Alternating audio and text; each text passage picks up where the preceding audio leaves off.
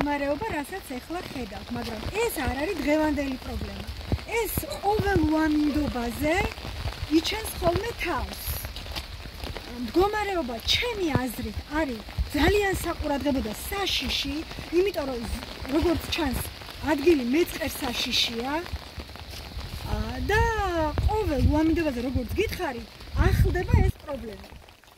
მოდიან დაყრიან ხოლმე ამ წითელ ქვიშას, ეს არის ფასადურად მოგვარებული პრობლემა, რომელიც რეალურ პრობლემას ვერ მოაგვარებს. ჩემი სურვილია როგორც ერთი ადამიანის, შეგიძლიათ მთელ მსოფლის მაცხოვრებლებს გაესაუბროთ, ყველას აზრია ეს, რომ მოვიყვანეთ გეოლოგები, გეოლოგმა უნდა დასდევს დასკვნა, რა პრობლემასთან გვაქვს საქმე, ალბათ მეთანხმებით, სხვაგვარად ეს ვერ გამოგსწორდება. და მერე უნდა დაიწყო პრობლემის მოგვარება. ეხლა არის საკმაოდ საშიში მდგომარეობა.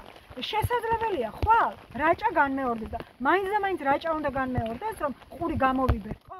არავინ არ ყოფილა ჩემთან ყოველ შემთხვევაში მე სოციალურ ქსელში დილით დავდი ამის შესახებ, რომ დაგვეხმარონ, მათ შორის თქვენი გვერდით გურიანიუსის მომიშე და ვითხოვ დახმარებას შველას.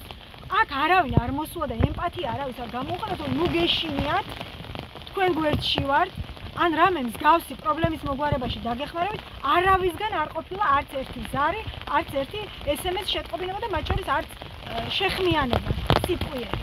და თქვენ ნახავთ სოციალურ ქსელში, მე დილით რომ გადმოვედი და დავდე ეს ამის შესახებ ინფორმაცია, არავითარი ზოლი არ ყოფილა. და თუ დააკვირდებით ჩემ პოსტს, იქ დადებული სიმაღლე მეწყრის და ეხლა უკვე გაზრდილია კიდევ.